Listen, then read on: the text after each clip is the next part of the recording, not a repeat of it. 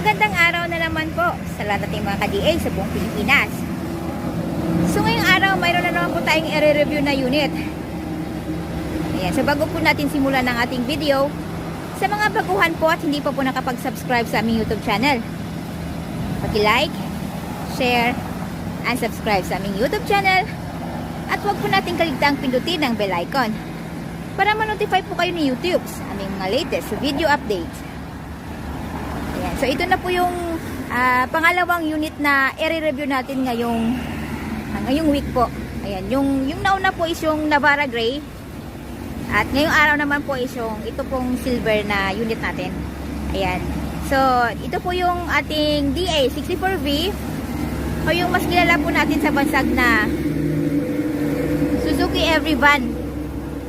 So meron po siyang mags, meron din po siyang carrier. Yung ating accessories po is upon buyer's request po yun, add-on lang po tayo. Ayan. So ito po is Q60 engine, 12 valves, 660cc po ito. Check po natin yung interior.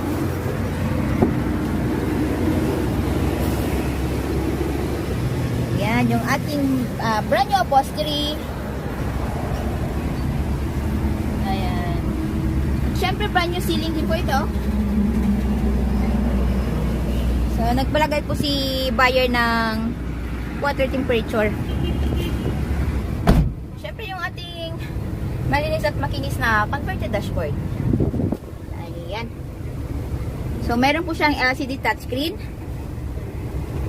at saka backing camera. Ayan.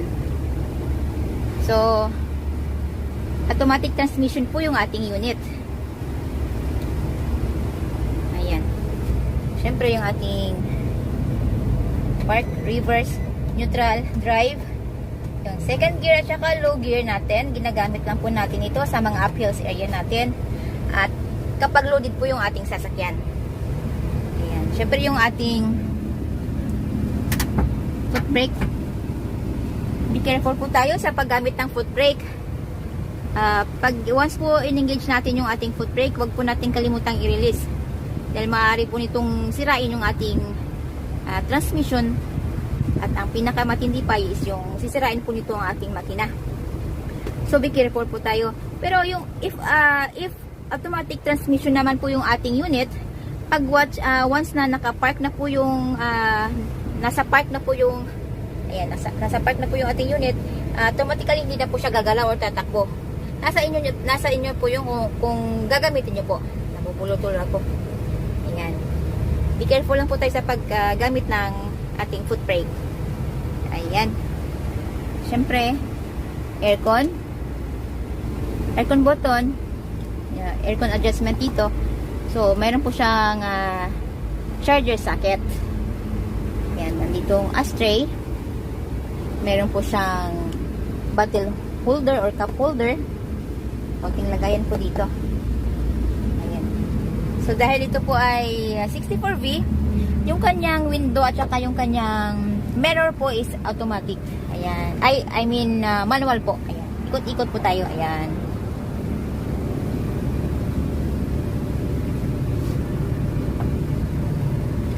Ayan. Check natin yung second row at saka yung compartment area.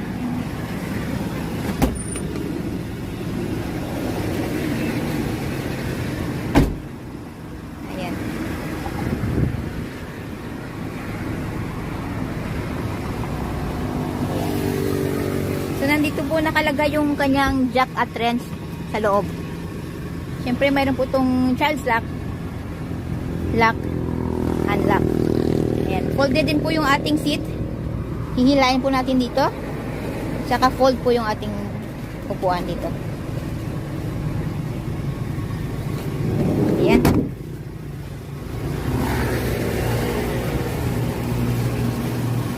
So, kasama po sa list of inclusion natin yung ating brand new battery, brand new upholstery, brand new engine oil, gear oil, brake oil, bago din po ang spark plugs dito.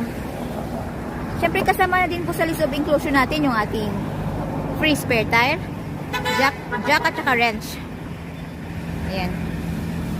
Nandito po sa baba yung ating spare tire.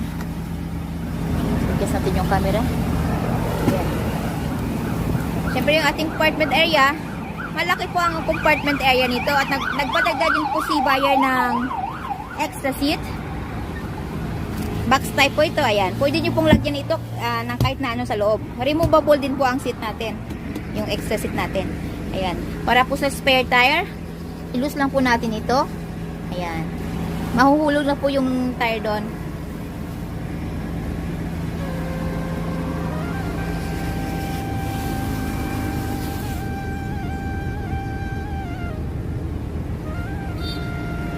Okay?